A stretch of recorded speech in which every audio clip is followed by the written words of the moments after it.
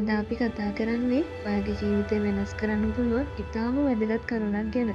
අද දවසේ ඔයත් කවුරු හරි කියපු රළු වචනයක් නිසා හිත රිදිලාද ඉන්නේ? ඒක අමතක කරගන්න බැරිව තවමත් දුක් විඳිනවද? එහෙනම් මෙන්න දහම් මඟ දිගේ මේ ඔයාගේ ජීවිතය දිනන රහසයි. ඒ වගේම අදත් අපි ධම්මපදයේ එන තවත් ගාථාවක් ගැන කතා කරමු. ඒක ඔයාගේ ජීවිතයට කොහොමද උදව් වෙන්නේ කියලා. වීඩියෝ අවසාන වනතෙක් මාත් එක්ක ඉන්න කියලා මම ඔයාලට ආරාධනා කරනවා. මොකද මේක ඔයාලට ගොඩක් වැදගත් වෙනවා. අක්කොච්චිමං අවදිමං අජිනිමං අහාසිනේ හේතං උපනයි හන්ති වේරං හේසන්න සම්මති අසවලා මට බැන්නේය මට ගැසුවේය මා පැරතුම් වේය මා සතු දෙයට හැරගත්තේ යනුවෙන් යම් කෙනෙක් ක්‍රෝධ බඳීද උන්ගේ වෛර නොසන්සිනේ.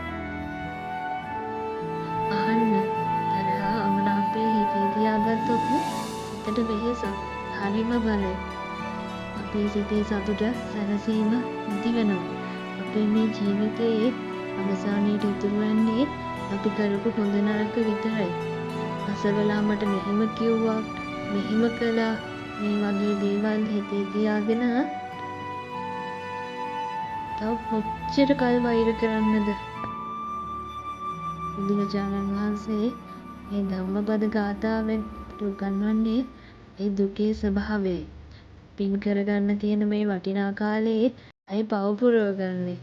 සතුරන්ද මිතුරන්ද කවුරුත් සුවපත් වේවා කියලා මෙත් සිත ඇති කරගත්තොත් සිතට හරි සැහැල්ලුවක් සැනසීමක් දැනේ. එකට එක කරන්න ගිහින් ඔයාගේ වටිනා කාලය නාස්ති කරගන්න එපා. සිතට ගන්න මම මගේ යහපත ගැන හිතනවා. ඒ නිසා පරණ දේවල් අමතක කරලා සමාව දෙන්න. අනුන් කරපු දේ ඔවුන්ගේ කරන්න. ඔයා ඒකම හිතේ තියාගෙන වෛරය වඩනවා නම් අවසානයේදී පීඩා විඳින්නේ ඔයාමයි. ඒ අය වපුරන දේවල් එයාලා අරගෙන ඔයා යහපතම වපුරන්න. අද ඉඳන් හිතට ගන්න අනුන් මොනවා කිව්වත් වෛරය හිතේ තියාගන්නේ නැතිව ඒක සංසුන්ව අතහැරලා දාන්න. මට හරි පහසුවක් දැනේ. මම හිතනවා ඔයාලට මේ වීඩියෝ එක වැදගත් වෙන්න ඇති කියලා.